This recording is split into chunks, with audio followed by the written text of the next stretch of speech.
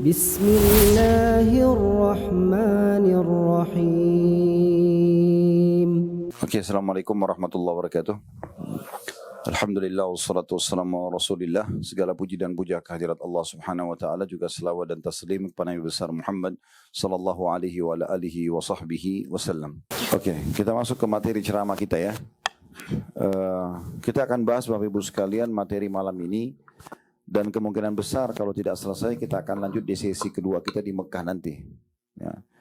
Judulnya itu halalkan pendapatanmu. Kita bicara masalah pendapatan nih Bapak Ibu sekalian. Banyak di antara kaum muslimin yang menganggap remeh tentang masalah pendapatan mereka. Ya. Apakah itu halal atau haram, syubhat, dia tidak peduli. Yang penting dapat gitu ya. Maka karena mereka tidak peduli, maka banyak sekali efek-efek buruk yang berbahaya yang bisa datang kepada mereka. Nanti akan kita jelaskan tentang masalah efek-efek buruk pendapatan haram itu sendiri ya. Tapi yang jelas teman-teman sekalian, kita harus, kalau Bapak Ibu mau berhenti dari satu kebiasaan buruk, maka cara yang terbaik adalah mengetahui tentang ancaman perbuatan buruk itu. Misalnya ada orang, naudzubillah, dia terbiasa berzina. Bagaimana caranya supaya dia tinggalkan zina itu? Cara terbaik adalah dia mencari tahu tentang ancaman zina. Misalnya sekarang di Google tinggal dia ketik orang hukuman berzina atau apa, maka dia akan bisa baca atau dia dengarkan ceramah para ustadz-ustadz kita atau kiai kita, maka insya Allah itu akan bisa menyentuh dia asal memang disampaikan dalil yang benar. Ya, Al-Quran dan Sunnah sesuai dengan pahaman para sahabat, maka itu pasti menyentuh hati. Karena dalil itu, wahyu itu bicara dengan hati manusia. Sebagaimana kita kalau ingin termotivasi untuk mengerjakan satu perbuatan kebaikan, Bapak Ibu harus mencari tahu tentang keutamaannya. Jadi kayak misalnya ingin rajin sholat malam. Ini Bapak Ibu, saya kok Ustaz malas banget sholat tahajud. Gimana caranya? Coba baca tentang janji Allah atau keutamaan sholat malam itu. Dengan ketik di Google keutamaan sholat malam, baca artikelnya. 5-10 menit Anda akan punya motivasi untuk mengerjakannya. Nah masalahnya teman-teman sekalian, pendapatan haram ini efeknya terlalu besar. Sebagai contoh misalnya, kalau ada orang manipulasi data aja. Di perusahaan dia manipulasi data. Masalahnya ini bukan hanya satu dosa, tapi dosanya banyak. Dia menulis data bohong itu, berarti dia bohong dengan itu. Itu dosa sendiri bohongnya. Dia memanipulasi data tersebut sehingga akhirnya bisa merugikan pihak perusahaan, itu juga dosa sendiri. Dia mengambil pendapatan yang bukan haknya, ini dosa mencuri. Ada 3 dosa. Nanti dia memberikan makan istri anaknya dari haram itu, dosa besar lagi sendiri. Jadi dosanya terlalu banyak. Dosanya terlalu banyak. Dan ini harus hati-hati sekali. Syaitan itu Bapak Ibu sekalian, dia tidak ingin kita berbuat dosa, satu dosa saja.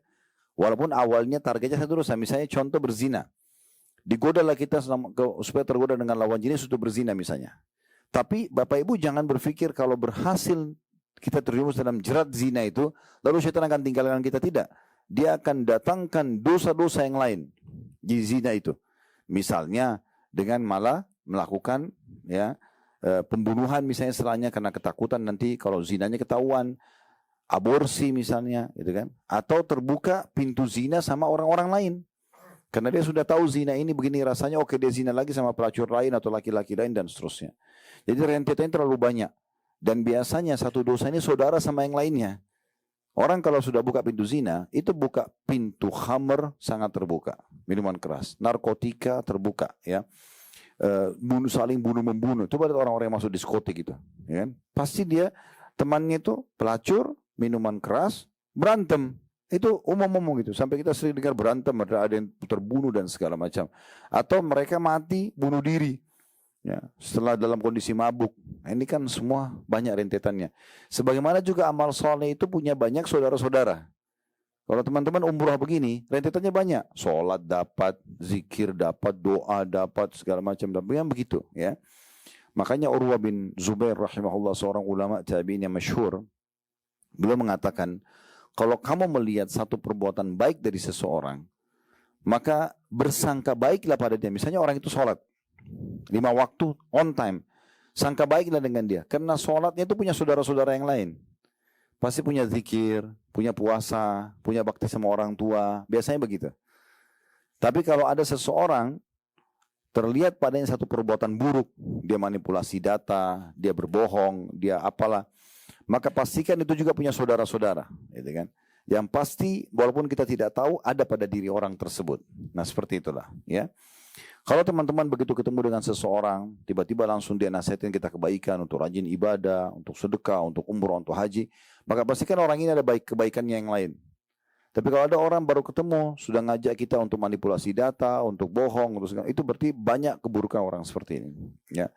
Maka ini cara memahaminya. Dan perlu digarisbawahi teman-teman, dosa itu atau maksiat dalam bahasa lain, supaya mudah difahami dalam agama kita, dalam bahasa kita Indonesia itu pelanggaran. Semua pelanggaran punya konsekuensi hukum. Itu perlu dipahami. Di hukum manusia itu dihukum Allah Subhanahu wa taala. Kita kalau melanggar lalu lintas, kita harus tahu akan ada konsekuensi hukum. Jangan salahin polisi kalau ditahan. Karena memang kita yang melanggar. Kita harus tahu ada konsekuensi hukumnya. Sebagaimana kita juga kalau melakukan pelanggaran agama pasti ada konsekuensi hukum. Banyak umat Islam tidak paham Bapak Ibu sekalian. Mereka selalu atau sering berpegang dengan sifat Allah Ar-Rahmanur Rahim, Ghafurur Rahim, ya. Allah Maha Pengasih, Maha Penyayang, Allah Maha Pengasih dan Maha Pengampun. Allah itu Afu, Tawwab, suka menerima taubat hambanya berulang-ulang gitu ya.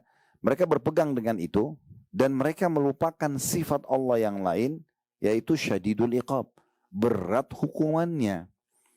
Nah, cara memahaminya adalah kalau Bapak Ibu melakukan ketaatan-ketaatan kepada Allah, sifat Allah Ar-Rahmanur Rahim, Ghafurur Rahim, Afu, Tawwab, ini berlaku pada Bapak Ibu sekalian.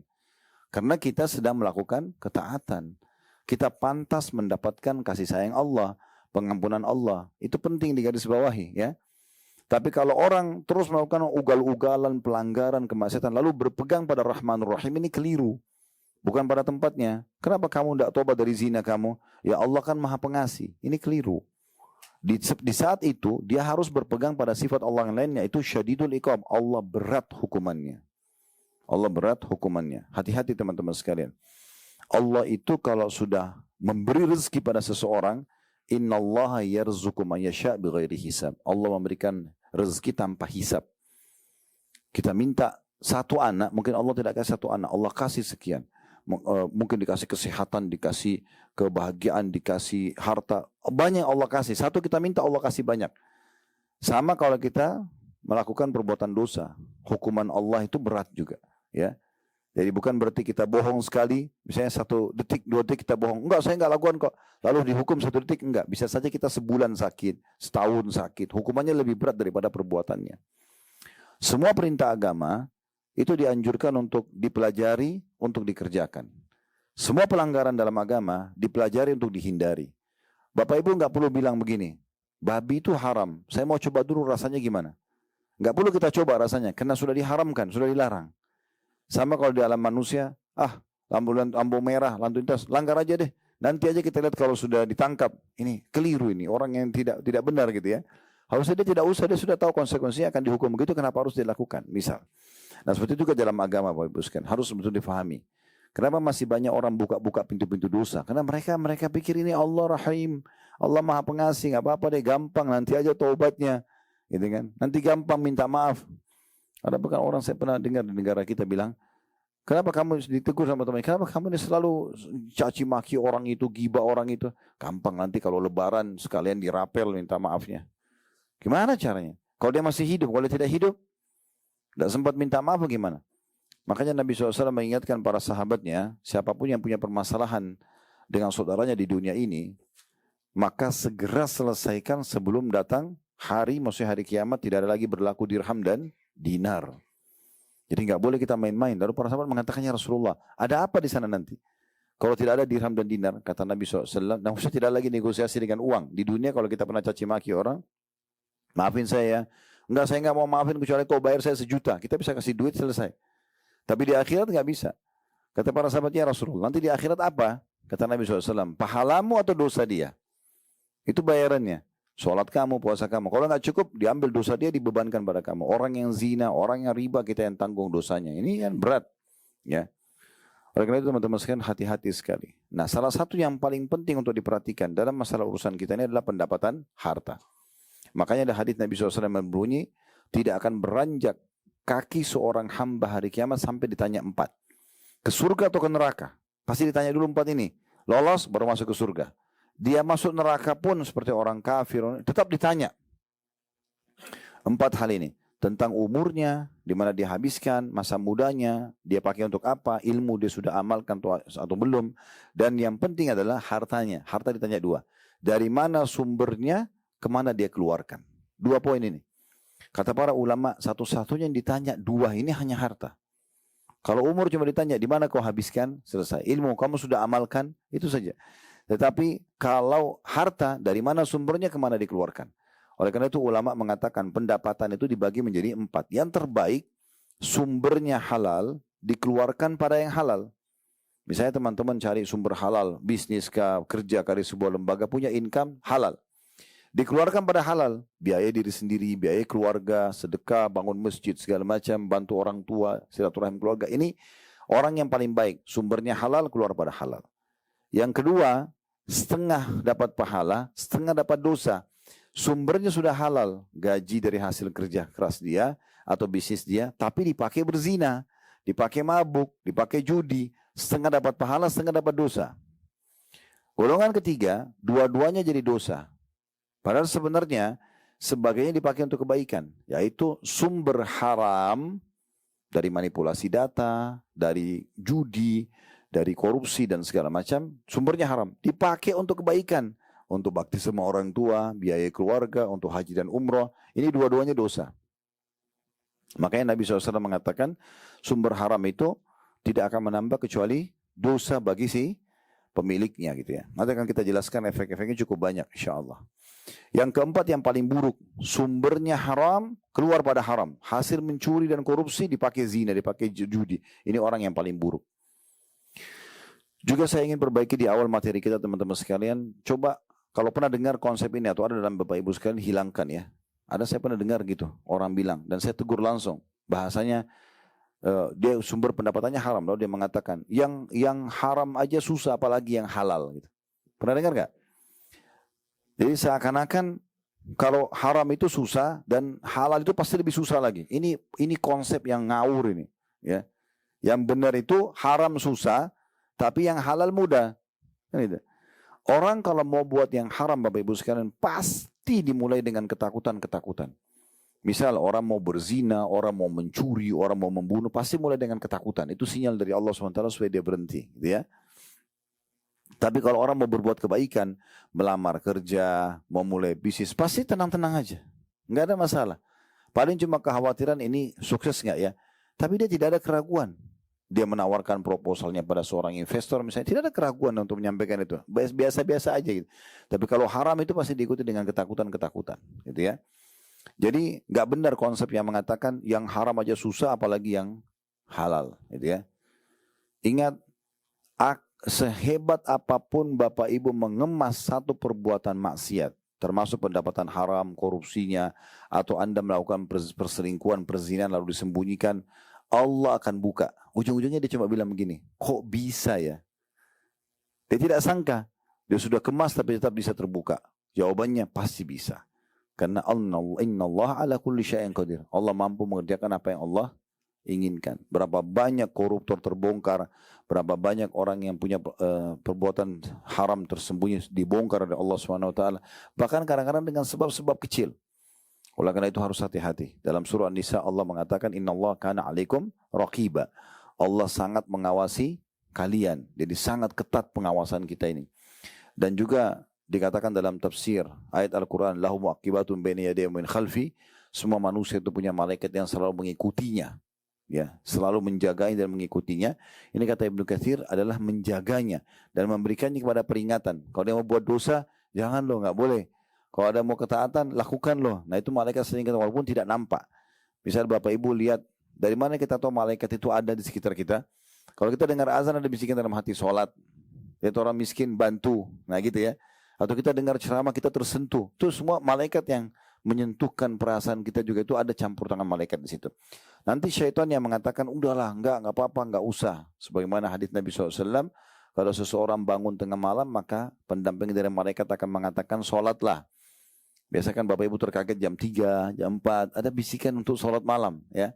Itu dari malaikat. Nanti pendamping dari syaitan akan mengatakan tidurlah malam masih panjang, ya. Tinggal antum ikutin yang mana biasa gitu ya. Lebih tahu dirinya masing-masing. Nah, Bapak Ibu sekalian, di hari kiamat nanti itu akan sangat berat, ya.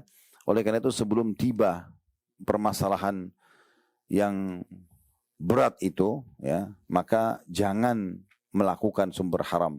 Karena sumber halal cukup banyak, gitu ya. Walaupun Nabi SAW sudah mengingatkan kepada kita di dalam hadis yang sangat masyhur, yang kata Nabi SAW, akan datang waktu nanti satu zaman di mana seseorang itu tidak peduli lagi dari halal atau haram pendapatannya. Artinya Nabi SAW merasa sedih karena akan ada di antara umatnya seperti itu dalam hadis yang diriwayatkan oleh Bukhari. Kata Nabi SAW, ya'ti 'alan nasi zamanun la yubadil mar'u ma akhadha minhu aminal halali am minal haram. Akan datang satu masa nanti di mana seseorang itu walaupun dia muslim tidak peduli lagi apakah itu halal atau itu haram. Ya, ini berarti sesuatu yang berbahaya bagi dia. Sementara tadi sudah kita jelaskan hadis, ya, yang diriwayatkan oleh Tabarani dan Al-Bazzar, tidak akan beranjak kaki seorang hamba sampai ditanya tentang 4 perkara. Sementara kita teman-teman sekalian dibolehkan dalam Islam untuk menikmati yang dihalalkan. Kita tahu firman Allah SWT dalam surah Al-Mu'minun, surah nomor 23 ayat 51. Ya ayuhar rusulu kulu minat tayyibati wa'amalu salihah. Hai para rasul, makanlah dari yang baik-baik, gitu kan.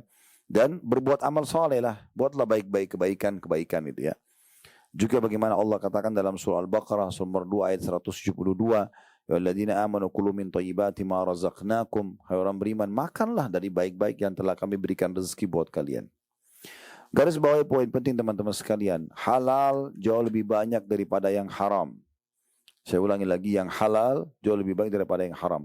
Haram itu Allah datangkan hanya sebagai ujian saja.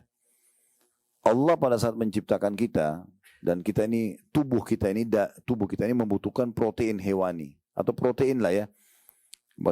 Dari daging merah kah, atau dari telur kah, apalah ya. Itu kita butuh itu. Kalau seandainya Allah ciptakan kita dan tubuh kita ini sebenarnya butuh protein hewani, dan semua hewan diharamkan, nggak boleh, wajar kita melanggar. Tapi perhatikan yang dilarang, babi misalnya. Tapi Allah sudah ganti babi itu. Ada sapi, ada kambing, ada ayam, ada kelinci, ada semua hewan air. Lalu kenapa harus babi? Sementara babi itu hanya sebagai ujian saja. Orang yang mengatakan, Ustaz, lalu untuk apa Allah ciptakan babi? Supaya Anda tidak datang hari kiamat mengatakan, ya Allah engkau haramkan babi, tapi saya tidak tahu mukanya seperti mana, seperti apa, suaranya seperti apa. Nah ini babi, ini bahasa Indonesianya babi, bahasa Inggrisnya ini, bahasa Arabnya ini suaranya, ini fotonya, jangan dimakan. Kan itu. Supaya nggak ada alasan lagi.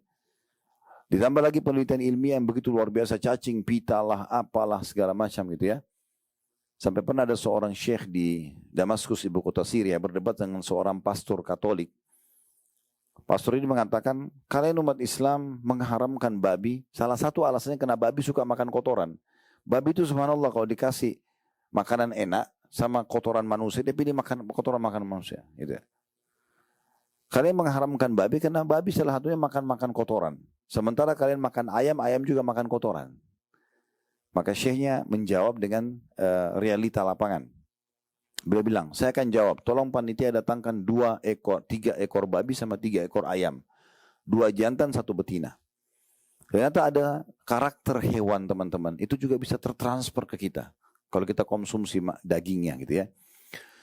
Jadi waktu didatangkan babi ini, 3 ekor babi di atas panggung, 2 jantan, 1 betina, ternyata di alam babi ini itu kalau jantan mau menggauli betinanya, si jantan sama jantan saling menggauli. Saling merangsang, homo gitu ya. Nanti yang terangsang duluan lalu dia menggauli si betina itu. Itu babinya. Kata syekhnya, kalian sudah lihat? Nah, diturunkan, naikkan ayam. Ayam ini jantannya berantem dan yang menang dapat si betina dan dia akan pertahankan sampai dia mati. Kata syekhnya, kalian sudah lihat ini salah satu contoh rasional. Kita tidak bicara lagi masalah Allah haramkan atau Allah halalkan. Tapi ini salah satu sifatnya gitu ya. Maka kami seperti ayam itu, kalian seperti babi itu. Ini pernah saya sampaikan di ceramah berulang-ulang. Subhanallah, ada satu sahabat dekat saya peruqyah. Dia ruqyah orang itu. Dia bilang, Ustaz, dia ketemu sama saya, dia bilang, Ustaz, apa yang antum sampaikan itu saya temukan di lapangan waktu saya sedang ngeruqyah orang. Rupanya ada suami istri bermasalah di daerah sekitar Jakarta. Jadi permasalahannya agak unik gitu. Minta diruqyah. Waktu datang, si istrinya, bapak ini bilang sama teman peruqyah ini. Dia bilang ada satu masalah dengan suami saya. Saya harus sampaikan Ustaz. Dan saya berharap dengan ruqyah ini mudah-mudahan bisa hilang penyakit itu. Karena selama ini dia desak saya terus tapi saya tidak pernah penuhi. Kata teman saya, apa ibu? Dia bilang setiap kali dia mau gauli saya, dia minta untuk temannya ikut. Dia mau ajak temannya laki-laki supaya menggauli saya berdua. Kata dia begitu, tapi saya selalu tolak. Terus teman ini peruqyah bilang, saya tiba-tiba ingat ceramah antum Ustaz. Kalau ini ada efek dari babi. Lalu saya minta supaya ibunya, waktu itu ibunya, bukan minta, ibunya lagi pergi siapin makanan, bapaknya sendiri datang. Lalu dia tanya, dia bilang, apa memang bapak seperti itu sifatnya? Dia bilang, iya Ustaz. Gitu. Saya memang tidak tahu kenapa punya keinginan seperti itu. Lalu langsung teman peruqyah ini tembak dia, mengatakan, maksudnya dibahasakan ke dia, apa bapak makan babi? Langsung begitu. Kaget dia. Kok Ustaz bisa tahu? Lah iya, saya tanya, bapak jawab jujur, makan babi nggak? Dia bilang iya, itu makanan kesukaan saya. Orang Muslim. Kata teman peruqyah ini, itulah efeknya Pak. Coba bapak berhenti bertobat sama Allah, nanti perasaan itu akan hilang. Itu salah satu efeknya. Jadi teman-teman sekalian, Allah itu mengharamkan sesuatu pasti punya hikmah-hikmah yang sangat besar. Gitu ya. Begitu juga pada saat Allah berikan kita untuk populasi manusia, kita butuh interaksi biologis. Memang kita suka melihat, kita ini memang mata suka melihat lawan jenis, bibir mencium, tangan menjamah, kemaluan tersentuh kemaluan itu pasti nggak bisa. Sperma harus tumpah dengan syahwat. Kalau tidak syahwat tidak bisa tertumpah. Lalu harus ketemu dengan sel telur baru jadi manusia. Kan gitu. Ini Allah sudah buat sistem. Tapi Allah ajarkan cara yang benar, nikah. Allah sebutkan yang salah, zina. Kan gitu. Ini dua-duanya dah. Kalau kita dikasih syahwat dan manusia harus melalui populasi bertemu sel telur sama sperma. Lalu tidak diberikan jalan keluar, wajar orang melanggar. Nah ini dikasih jalan keluar. Nikah itu hanya 5 menit, kurang 5 menit. Saya nikahkan kamu sama anak perempuan saya terima nikahnya. 2 saksi, ada mahar, selesai. Kurang dari 5 menit sudah sah berhubungan biologis, bahkan pahala besar. Gitu kan. Anak-anak juga akan menjadi amal soleh. Jadi kata Nabi SAW, 7 hal yang terus mengalir bagi seorang hamba di kuburannya pada saat dia sudah meninggal. Nomor 1 anak yang soleh. Itu pahalanya besar gitu kan. Dan zina pasti dibuat ketakutan, ada banyak penyakit dan segala macam lah gitu ya. Begitu juga pada saat Allah haramkan khamr dan minuman keras gitu ya. Allah ganti dengan susu, madu, sirup, air putih, banyak gantinya. Lalu kenapa harus yang haram? Gitu ya. Baik, sekarang kita coba masuk teman-teman sekalian ke dampak. Apa sih efeknya kalau Anda mendapatkan atau memiliki pendapatan yang haram? Minimal syubhat ya. Syubhat itu gini, kalau teman-teman ragu, boleh nggak sih ini? Maka kalau sudah ragu saja tinggalkan. Itu namanya syubhat. Makanya kata Nabi SAW, halal jelas, haram jelas. Di antaranya ada perkara yang samar-samar syubhat. Boleh nggak ya, gitu ya? Siapa yang menyelamatkan dirinya dari hal yang syubhat, maka dia telah menyelamatkan kehormatan agamanya dan dirinya. Dan siapa yang jerumuskan dirinya pada yang syubhat samar-samar, maka dia telah menjerumuskan dirinya pada yang haram. Berarti syubhat masuk di haram. Pilihannya cuma halal atau haram. Nah seperti itulah. Baik, dampak-dampak dari pendapatan haram ini. Yang pertama Bapak Ibu sekalian, Anda akan kehilangan keberkahan. Ya, ini dinukil oleh Abdullah bin Sa'ad Al-Falih, seorang syekh penulis buku. Dalam judul buku beliau, An-Naru Aula Bihi, ya, neraka lebih pantas baginya, Athar Aklul Haram, efek daripada memakan pendapatan atau memiliki pendapatan yang haram. Beliau mengatakan poin pertama adalah hilangnya keberkahan. Mana keberkahan? Tidak cukup. Ada orang subhanallah gajinya cuma 5 juta per bulan, 3 juta per bulan, tapi hidup dia, 2 anaknya, mertuanya numpang sama dia, cukup. Saya lihat depan mata itu ada orang pendapatan pas-pasan, hidup. Ada orang pendapatan 100 juta per bulan, 200 juta per bulan, 1 miliar per bulan, tapi nggak cukup-cukup. Nggak ada keberkahannya. Berkah itu artinya cukup. Di mana Allah SWT mengatakan dalam surah Al-Baqarah tentang riba, ayat 276, Yamhaqullahu riba wa yurbi sadaqat. Allah akan memusnahkan riba dan menyuburkan sedekah. Dan kata Nabi SAW, dia masalah pendapatan haram ini, dalam haditsnya al-bayyi'ani bil khiyari ma lam yatafarraqa. Dua orang yang transaksi, pembeli sama penjual, ya masih memiliki hak khiyar. Khiyar itu pilihan, lanjutin transaksi atau batalkan. Selama keduanya belum berpisah. Misalnya saya jual baju, Bapak Ibu mau beli nih, kita masih transaksi, maka masih boleh lanjutkan atau batalkan selama belum berpisah. Fa'in sadaqa wa bayyana, kalau dua-duanya jujur dan dua-duanya menjelaskan, burika lahuma fi bai'ihima, akan diberkahi transaksi keduanya. Jadi keberkahan maksudnya dia akan langgeng dalam transaksinya. Produk yang dibeli akan berkah, ya. Ada orang pernah membeli barang bekas, Bapak Ibu sekalian. Mungkin mobil bekas, motor bekas, rumah bekas orang. Tapi karena rezeki dari halal, itu keberkahannya luar biasa. Barang itu bisa tinggal dipakai lama, keberkahannya banyak. Ada orang mungkin punya tabungan sedikit, tidak banyak. Tapi karena dari halal, maka itu juga bisa. Otomatis akan mendatangkan keberkahan. Berapa banyak penyakit yang sembuh, berapa banyak utang yang terlunasi, berapa banyak transaksi yang berhasil, semua kena sumber halal. Gitu ya. Kalau haram malah jadi masalah. Maka kata Nabi SAW, kalau orang transaksi, dua-duanya jujur dan transparan, maka diberkahi. Wa in katama wa kadaba muhikat barakatu baihima. Kalau keduanya bohong dan menyembunyikan aib barangnya, maka akan diangkat keberkahan transaksi keduanya. Hadis riwayat Bukhari.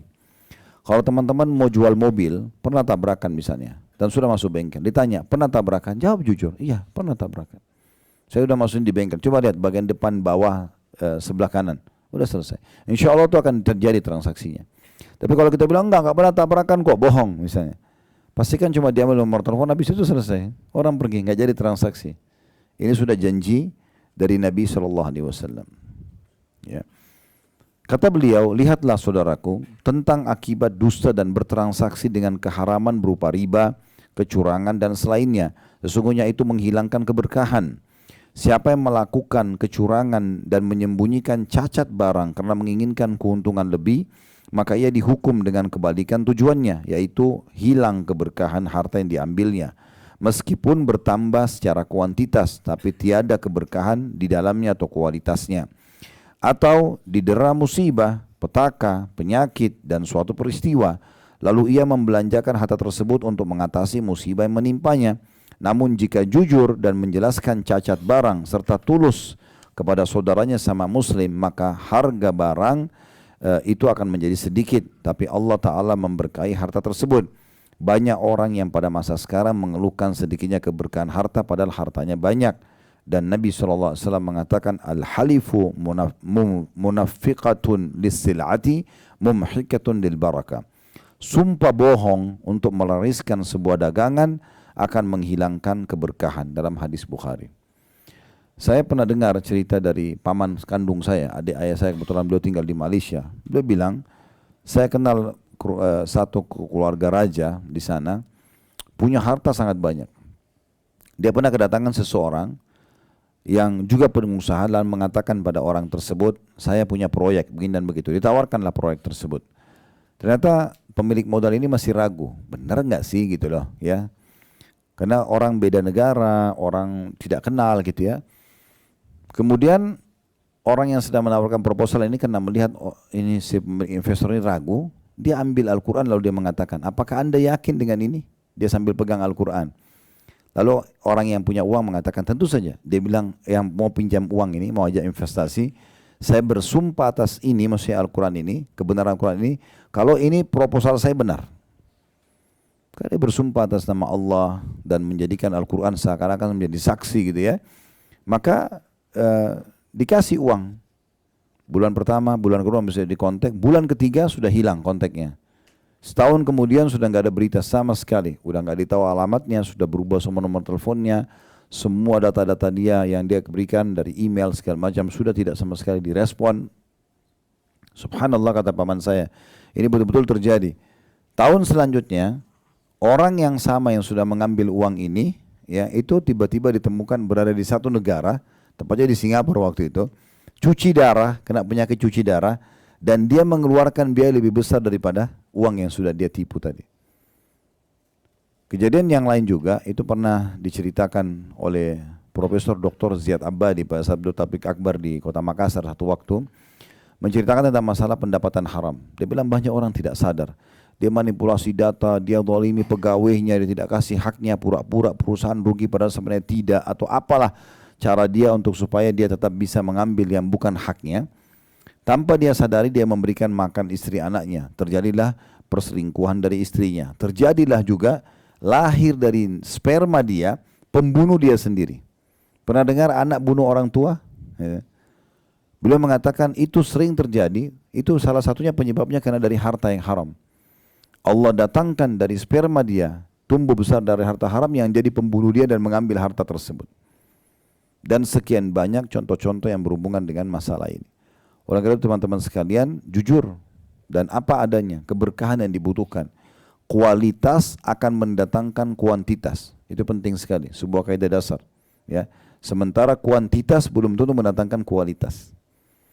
Anda kalau selalu jaga kualitas Anda pribadi, karakter, pola, ya segala macam lah. Kalau mau lebih substansial, kualitas ngomong, tatapan mata, itu akan mendatangkan pasti kuantitas. Akan ada penilaian dari banyak orang positif gitu ya. Tapi kalau kita cuma jaga kuantitasnya, tidak ada kualitas, maka pastikan akan berkurang. Mirip saya sering juga bahasakan di pengajian, Anda kalau mau memunculkan loyalitas orang, harus royal. Loyalitas muncul dari royalitas. Enggak mungkin orang itu pelit lalu orang mau loyal, itu kan mimpi. Pasangan suami istri muncul loyalitas karena dia royal. Persahabatan, apalah pimpinan pada bawahan gitu kan. Makanya pernah ada orang datang kepada Abu Hurairah dan Abdullah bin Mas'ud radhiyallahu anhuma sambil berkata begini, saya ingin menjadi sahabat Anda karena Allah. Lalu kata Abu Hurairah, di sisi lain Abdullah bin Mas'ud juga di sisi lainnya, dua orang kasus yang sama tapi berbeda hari dan berbeda tempat gitu ya. Tapi sama kasusnya. Maka Abdullah bin Mas'ud sempat bilang Abu Hurairah, apakah kamu sudah tahu syaratnya untuk bersahabat dengan saya? Orang itu bilang belum. Dia bilang kantongmu kantongku, kantongku adalah kantong kamu. Siap enggak kita bersahabat? Oke. Tapi kalau kamu butuh silakan saya bantu, kalau saya butuh kamu bantu saya. Siap enggak? Dia bilang saya belum siap. Kata Abdullah bin Mas'ud kalau gitu cari orang lain. Enggak bisa orang bersahabat dengan pelit, enggak mungkin gitu kan. Jadi harus begitu. Nah sama tadi, kualitas itu mendatangkan kuantitas dan tidak mungkin sebaliknya. Sebanyak apapun Anda buat produk, kalau tidak ada kualitasnya enggak ada orang beli. Tapi kalau kualitasnya Anda jaga, kuantitasnya orang akan banyak order. Kan selesai. Itu kaidah-kaidah dasar sederhana gitu yang harus kita pahami. Bersumpah kata beliau, yaitu bersumpah atas jual beli. Dan ini tidak boleh, memang dapat melariskan barang dagangan, yaitu terjual dengan harga yang banyak, tapi tidak ada keberkahan pada harta itu. Lalu apa gunanya? Banyak pebisnis pada masa sekarang mengalami kebangkrutan dan hutang mereka menumpuk, tidak lain karena disebabkan muamalah yang diharamkan, terutama riba. Semoga Allah melindungi kita darinya dan juga dari segala keharaman. Jadi ini yang pertama, beliau bicara tentang masalah hilangnya keberkahan. Ya, termasuk keberkahan itu teman-teman sekalian, mungkin hartanya melimpah, kalau tidak ada berkahnya, dia tidak bisa makan makanan. Ada orang subhanallah kaya raya, bisa beli apa saja tapi nggak bisa dia makan. Saya pernah duduk dengan salah satu pangeran di Saudi ini, kita diundang makan, semua kita makan makanan yang enak-enak dihidangkan situ. Baik beliau sendiri makannya cuma di mangkuk sayur aja, tidak bisa makan. Diuji sama Allah SWT dengan penyakit. Seingat saya itu ada ujian pada saat itu ya. Sehingga beliau tidak bisa konsumsi. Kita tidak langsung vonis orang ini dia hilang keberkahan hartanya. Tapi ada orang seperti itu keadaannya. Mungkin semestinya dia bisa nikmatin ya. Ada orang subhanallah mungkin secara ekonomi biasa-biasa. Tapi kita lihat walaupun sudah tua makannya lahap sekali, enak dan segala itu keberkahan ada. Itu maksudnya. Yang kedua teman-teman sekalian, pendapatan haram akan menyebabkan doa tidak terkabul. Permintaan antum tidak diijabah sama Allah. Perkataan Nabi SAW dalam hadits riwayat Tabarani kepada Sa'ad bin Abi Waqqas, ini sahabat Nabi radhiyallahu anhu yang sangat kaya, tinggal di Mekah waktu itu. Dan Nabi bilang kepada Sa'ad, ya Sa'adu, atib mat'amak takun mustajab ad-da'wah. Hai Sa'ad, perbaiki makananmu, pendapatanmu, maka pasti doamu akan terkabulkan.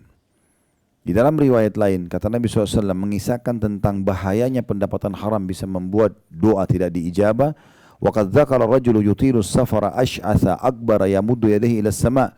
Nabi SAW menyebutkan seseorang laki-laki yang telah jalan perjalanan jauh, rambutnya berantakan, berdebu, dan dia mengangkat tangannya ke langit seraya mengucapkan, Ya Rabbi, wahai Tuhanku, wa mat'amuhu haram, makanannya haram, wa mashrabuhu haram, minumannya haram, wa malbasuhu haram, dan juga pakaiannya haram, wa ghudhiya bil haram, dan dia diberikan juga makanan dari yang haram. Fa anna yustajabu lidzalik, maka bagaimana bisa diijabah dari dia? Hadis riwayat Muslim.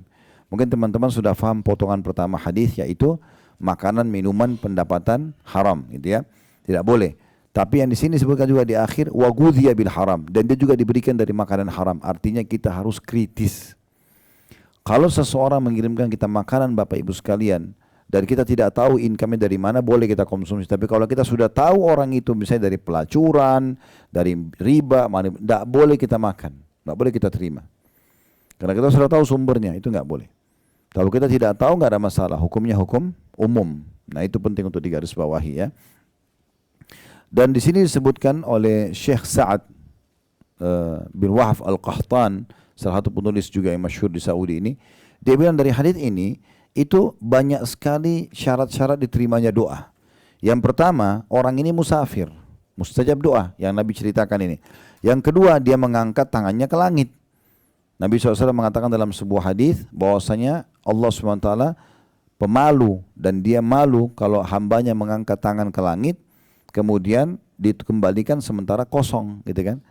Maka artinya Allah akan ijabah. Sudah ada orang ini musafir, kemudian dia angkat tangannya ke langit, lalu yang penyebab ketiganya dia panggil Tuhannya, ya Rob, wahai penciptaku, wahai penciptaku. Ini termasuk salah satu penyebab diterimanya doa. Tetapi semua itu tertolak hanya karena pendapatan, makanan, minuman, dan pakaian haram. Untuk apa kita pakai baju bermerek, jam bermerek, segala macam, tapi dari sumber yang haram, gitu kan? Ini tidak ada gunanya. Lalu kata beliau, perhatikanlah, semoga Allah SWT merahmatimu. Pengaruh makanan haram dalam menghalangi terkabulnya doa. Apa daya seseorang ketika sebab-sebab langit terputus darinya? Ia mengangkat kedua tangannya ke langit saat sedang sakit, mengharapkan kesembuhan dari penyakitnya. Saat ia berada dalam kesusahan yang mengharapkan kelapangan darinya, dan saat ia berada dalam duka yang mengharapkan kelapangan darinya, ia mengangkat kedua tangannya dengan mengiba kepada Rabb-Nya agar dihilangkan kesusahannya dan dilapangkan dari kesedihannya. Sedangkan pintu-pintu langit ditutup karena ia makan haram, dan bagaimana mungkin doanya akan dikabulkan. Andai kata tidak ada dalam keharaman kecuali kerugian ini saja. Kalau makan yang haram, kerugian cuma tidak diijabah doa, niscaya sudah bisa menjadi penjerah dan penghalau terbesar untuk tidak makan keharaman. Karena itu perbaikilah makananmu, niscaya doamu dikabulkan. Dan janganlah tutup pintu-pintu langit dengan makan keharaman. Karena engkau butuh kepada Rabb-mu dan engkau tidak pernah tidak butuh kepadanya. Yang ketiga, saya tutup dengan ini ya. Nanti insya Allah kita lanjutkan di Mekah karena masih banyak poin-poinnya. Ini berhubungan dengan ibadah kita sekarang, ya. Yaitu penghalang dari diterimanya sedekah, haji, umrah, dan semua yang di dalamnya terdapat harta haram. Ini efek yang ketiga daripada pendapatan haram. Nabi SAW mengatakan, Inna Allah tayyibun la yakbalu illa tayyiba. Sungguhnya Allah itu baik, sempurna, suci, ya, rapi, tidak terima kecuali yang baik-baik saja. Hadis riwayat Muslim. Lalu kata Nabi SAW dalam hadis yang lain, diriwayatkan Tabarani, walaupun masih ada sebagian ulama yang melemahkan hadis, sebagian juga ada yang menghasankannya. Kata Nabi SAW, idza kharaja rajulu hajan binafaqatin tayyibah. Kalau seseorang keluar pergi haji dengan nafkah yang baik, halal maksudnya, kayak Bapak Ibu pergi haji atau umrah dengan harta haram, harta halal. Wa wada' rijlahu fil gharzi, lalu kemudian dia sudah mulai letakkan kakinya untuk melakukan perjalanan haji atau umrah. Fanada labbaik Allahumma labbaik, kemudian dia mulai menyeru, ya Allah kau jawab panggilanmu dengan santun. Nadahu munadin minas sama', maka ada penyuruh dari langit, dari malaikat yang mengatakan labbaika wa sa'daik, engkau telah dijawab panggilanmu dan seruhanmu dan kebahagiaan untukmu. Zaduka halal, bekalmu halal. Warahilatuka halal, tungganganmu juga halal. Wahajjuka mabrurun gairu ma'zur, dan hajimu diterima, ya. Dan itu semua disebut, atau hajimu diterima dan tidak ditolak.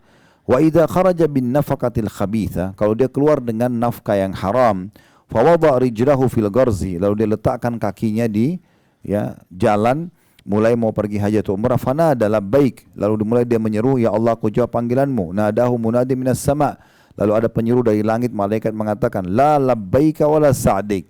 Tidak ada jawaban panggilan untukmu dan tidak ada kebahagiaan untukmu. Zaduka haram, bekalmu haram. Wa nafakatuka haram, nafkahmu haram. Wa hajjuka ghairu mabrur, hajimu tidak mabrur, tidak diterima. Dalam Musnad Imam Ahmad dikatakan, la yaktasibu abdun malan min haramin fayunfiku minhu fayubaraka lahu fi. Tidaklah seseorang, kata Nabi SAW, hamba mencari harta dari keharaman lalu menafkahkannya. Dia sedekahkan, kasih istrinya, kasih anaknya, kasih orang tuanya, dia haji, dia umrah, lalu kemudian mendapatkan keberkahan, itu tidak mungkin. Wala yatasaddaqu bihi fayuqbalu minhu, dan juga kalau dia sedekah tidak akan diterima darinya. Wala yatruku khalfa dhahri illa kana zadu ila nar, dan tidak ada sesuatu yang dia tinggalkan sebagai warisan pun kalau dia meninggal kecuali hanya akan menambahnya ke dalam api neraka. Inna Allah azza wa jalla la yamhu sayyi bis sayyi walakin yamhu sayyi'a bil hasan, innal khabitha la yamhul khabith. Sesungguhnya Allah tidak akan menghapus keburukan dengan keburukan, tapi menghapus keburukan dengan kebaikan. Sesungguhnya keburukan itu tidak akan menghapuskan keburukan. Sebagai penutup teman-teman sekalian, ini perkataan yang menarik, 2 paragraf saja ya. Kata penulis, anehnya sebagian orang tidak berhati-hati dari muamalah yang diharamkan. Di samping itu, mereka menyedekahkan dan menyumbangkan dalam aspek-aspek kebaikan berupa membangun masjid dan selainnya, berhaji dan berumrah, serta menyangka bahwa akan diterima darinya dan bahwa sedekah-sedekah ini akan menghapuskan keburukan makan haram atau harta haramnya. Orang-orang yang merana ini tidak mengetahui bahwa mereka telah membinasakan diri mereka dengan keharaman dan sedekah mereka tidak diterima karena sedekah tersebut bukan sedekah yang baik dan Allah tidak menerima kecuali yang baik-baik saja. Ini paragraf pertama. Paragraf terakhir ini perkataan yang menarik ya. Ternyata teman-teman sekalian, memiliki pendapatan halal, bekerja, beramal soleh itu, kita sholat, puasa, haji, umrah segala macam, ini pahalanya besar.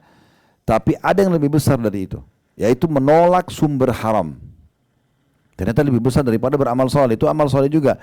Tapi Bapak Ibu misalnya cari nafkah halal nih, dapat 100 juta, disedekahin, itu pahalanya besar. Tapi nolak 1 rupiah haram, itu lebih besar pahalanya daripada sedekah 100 juta tadi. Ini di paragraf ini menarik. Abdullah bin Umar radhiyallahu anhu mengatakan, sungguh menolak 1/6 dirham dari keharaman lebih baik daripada 100.000 dirham yang dinafkahkan di jalan Allah. Jadi kita sedekah dengan 100.000 dirham, anggap 100 juta, itu kata Abdullah bin Umar lebih itu bagus, tapi yang lebih baik lagi adalah menolak 1/6 dirham. Jadi 1 dirham itu kecil sekali, anggaplah 5.000 rupiah. Dibagi lagi 6 bagian, 1/6-nya, 1/6 dirham, itu menolak haram lebih besar pahalanya dibandingkan bersedekah dengan 100.000 dirham. Berarti memang menolak, teman-teman, tawarin kita korupsi, tawarin kita nasi haram, tawarin manipulasi data, kita tolak, itu pahala. Terakhir kata Abdullah bin Mubarak rahimahullah, seorang ulama tabi'in, sungguh jika aku menolak 1 dirham dari syubhat, ragu ini halal enggak ya, lebih aku sukai daripada menyedekahkan 600.000 dirham. Abdullah bin Mubarak ini seorang ulama tabi'in teman-teman ya, orang yang sangat kaya raya, orang yang sangat alim, terkenal di ilmu sangat pintar, di perang jihad sangat berani, di sedekah sangat luar biasa. Sampai Abdullah bin Mubarak ini pernah menghajikan hampir 1 kota dia. Karena kaya rayanya. Dia iklanin, saya mau haji. Karena orang tahu ulama besar mau haji, orang semua pada ikut. Lalu dia bilang, tapi syaratnya 1. Kalau saya lagi jalan, pergi haji ini, yang mau ikut, sudah tahu nilainya berapa, jangan bayar dulu. Dia bilang. Nanti di Mekah baru bayar, karena saya sudah siapkan untanya, kudanya, bekalnya semua, boleh naik, silakan nikmati. Tiba di Mekah orang-orang pada tanya, ya kami mau bayar, kan sudah sampai. Kata dia, sebentar, saya masih punya bekal cukup, habis haji baru kalian bayar. Harus sampai haji orang makan, minum segala macam, pakai kemah dia, pakai segala macam. Selesai haji orang sudah bilang, sudah selesai haji kami mau bayar. Dia bilang saya masih punya cukup bekal untuk pulang ke Irak. Pulang ke Irak, orang-orang bilang kami mau bayar, dia bilang sudah, Allah sudah bayarkan buat kalian. Hampir 1 kota dihajikan. Itu luar biasa. Kalau Bapak Ibu baca tentang Abdullah bin Mubarak ini luar biasa. Di Irak waktu itu kalau orang sudah mulai lemah imannya, datangnya kepada beliau. Orang yang sangat luar biasa. Kalau bicara tentang iman, tentang amal soleh itu luar biasa. Beliau bilang nasihatnya, sungguh jika aku menolak 1 dirham dari syubhat, bukan haram, ragu-ragu ini boleh enggak ya? Aku tolak, enggak aku terima, lebih aku sukai daripada menyedekahkan 600.000 dirham. Itu berarti menandakan menurut pendapat mereka ini, ulama-ulama kita, Abdullah bin Umar, Abdullah bin Mubarak, ini semua bahwasanya menolak yang haram itu bagian daripada ibadah kepada Allah Subhanahu wa taala. Nanti kedepannya insya Allah di Mekah kita akan lanjutkan poin nomor 4, sebab nomor 5 dan beberapa poin-poin yang lain berhubungan dengan masalah efek daripada pendapatan haram. Ada benar dari Allah, maka silakan diambil dan diamalkan. Kalau ada salah dari saya, mohon dimaafkan. Subhanakallahumma bihamdika, asyhadu an la ilaha illa anta astaghfiruka wa atubu ilaik. Wassalamualaikum warahmatullahi wabarakatuh.